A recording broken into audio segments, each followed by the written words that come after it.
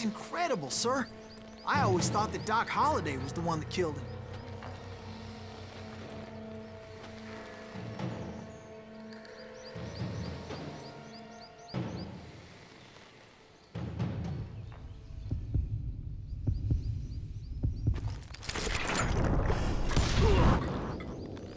Sorry I had to ruin the legend for you, boy. But the legend ain't always true. Doc Holliday had nothing to do with the death of Johnny Ringo.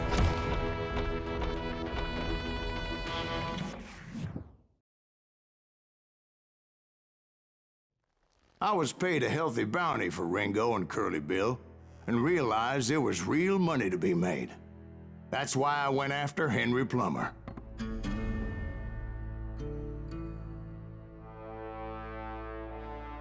Wasn't he the sheriff who augmented his income by shaking down miners and robbing gold shipments? That's the one. Oh, yeah, I remember him. He ran that gang of thieving outlaws called the Innocents. So it's true that you went toe-to-toe with him? Indeed I did, son. Indeed I did.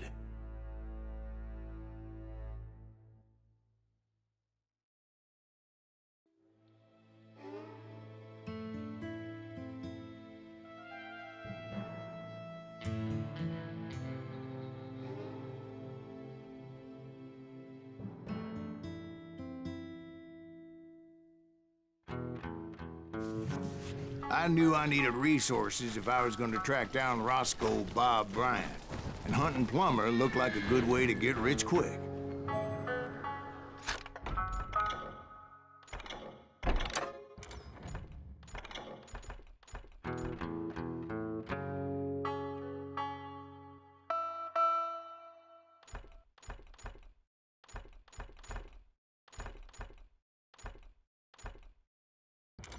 As the local vigilantes exposed him as the leader of the bandits, and put a generous price on his head. Plummer rallied his gang to plunder one last gold mine before making their escape, and that's where I thought I'd find him. It makes me nervous standing so close to all these goddamn barrels of gunpowder. Why would you be nervous? No one has the cojones to come after us. As long as you don't light up a cigar, we're fine. Besides, George is up there on the rocks with that rifle of his. Nothing gets past him. As my late father pointed out to me more than once, God made men. Samuel Colt made them equal.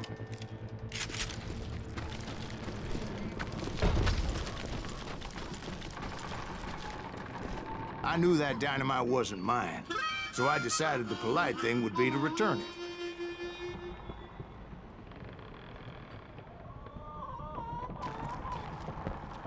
It was the biggest gold rush since Sutter's Mill in '48. Unfortunately, prospectors weren't the only ones drawn to those riches. There were thieves and killers, robbing travelers and hijacking gold shipments. Like those that ran with Plummer. Some were just regular folks I knew from town, drawn by greed and easy pickings. Charlie Crow, the blacksmith. James, who worked in the stable. Sam and Jeremiah Barber, the butcher's son. Of course, the rest were veterans of the Civil War. Stone-cold killers trained on the bloody fields of Shiloh and Antietam. Plummer had a lot of men on his payroll. A hell of a lot. That son of a bitch pretended to protect the public with one hand, while stealing them blind with the other.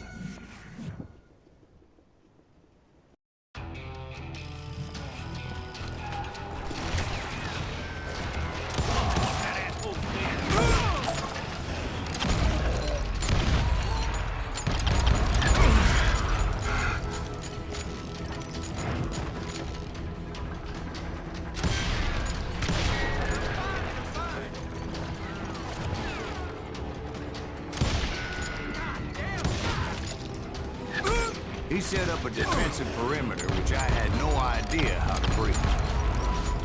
Dangerous, desperate individual. I was outnumbered and in way over my head, but I was too damn stubborn and stupid to realize it. They must have thought I was touched, or had some kind of death wish, seeing as there were barrels of gunpowder everywhere. One stray bullet, one stray spark, and I'd be blown to hell and gone. Did I have any second thoughts about what I was doing? No. I thought I was some kind of hero.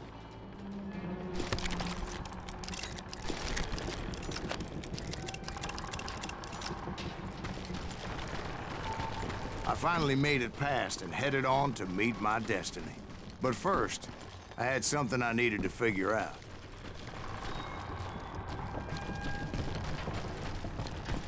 I had a few ideas on how to get into that mine, but once I made my decision, I knew there was no turning back. So my first thought was to enter the nearest mine portal. I saw an entrance. Made sense.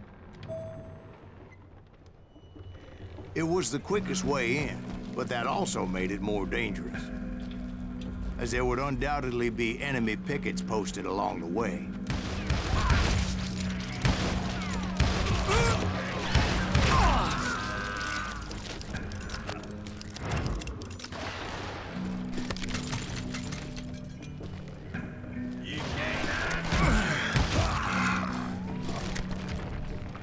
Besides, once you enter a mine like that, it's easy to get all turned around.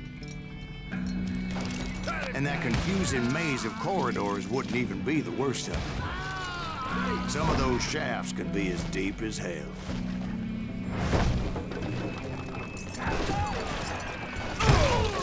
A single stumble or misstep can easily end in a deadly plunge to oblivion.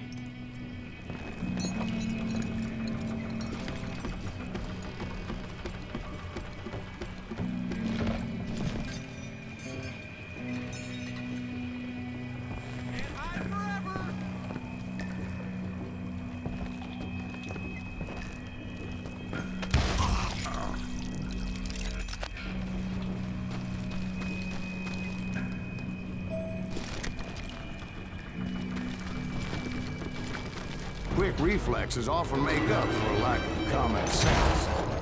Luckily, I was never one to be easily bushwhacked. I would just need to be careful not to blow myself to kingdom come.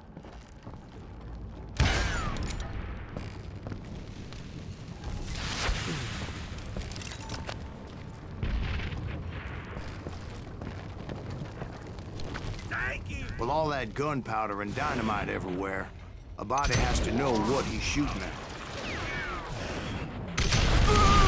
All it takes is one tiny spark, and boom. Take that asshole out!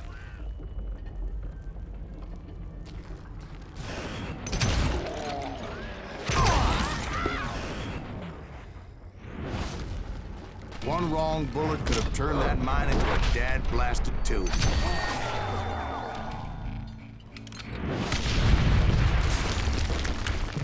I freely admit that my plan of attack was not just moronic, but clearly insane.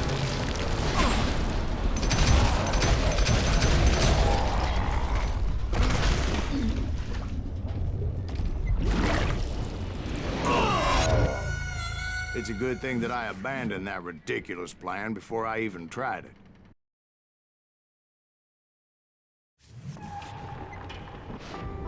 Instead, I spotted a ladder, a way into the mine from the opposite side.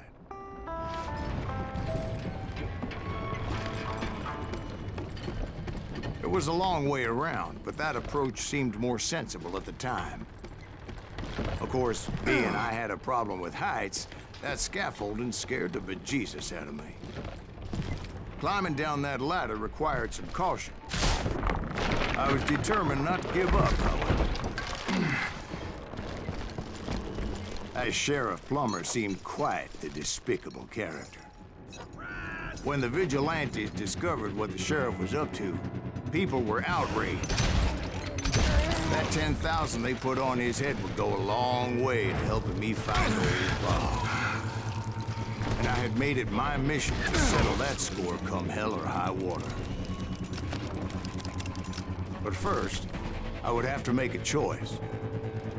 Take the elevator or climb the ladder.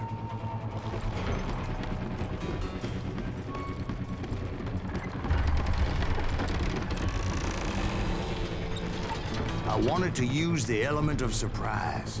Plus, I figured I could use the exercise. I was warmed up already, so what the hell?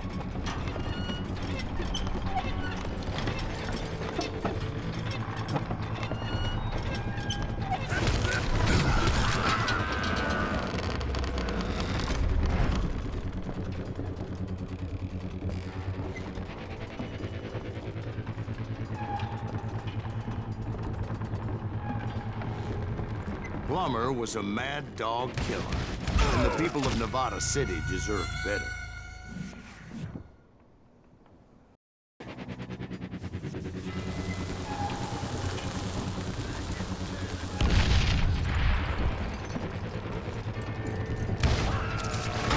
Well, he was the sheriff of both places at one time or another, but that's neither here nor there. The point was, taking him down would save a lot of lives, including my own.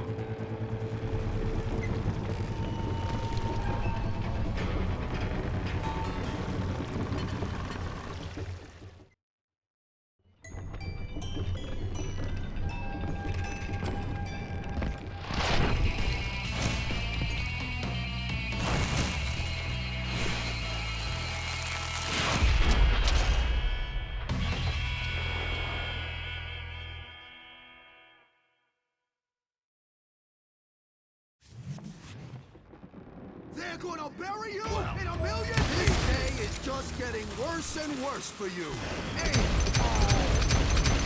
Henry Plummer was clearly unhinged, and I could see right away that this was gonna take some doing. God damn it! I need some help here! Come on, boys! Take this cocksucker out!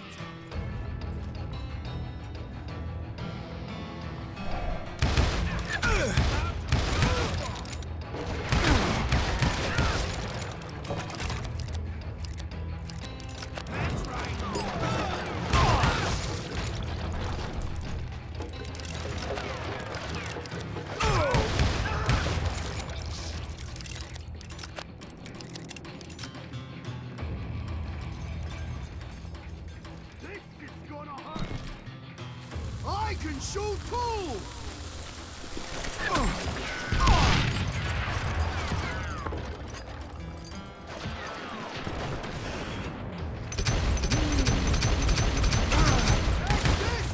Son of a bitch! You can shoot, but can you aim?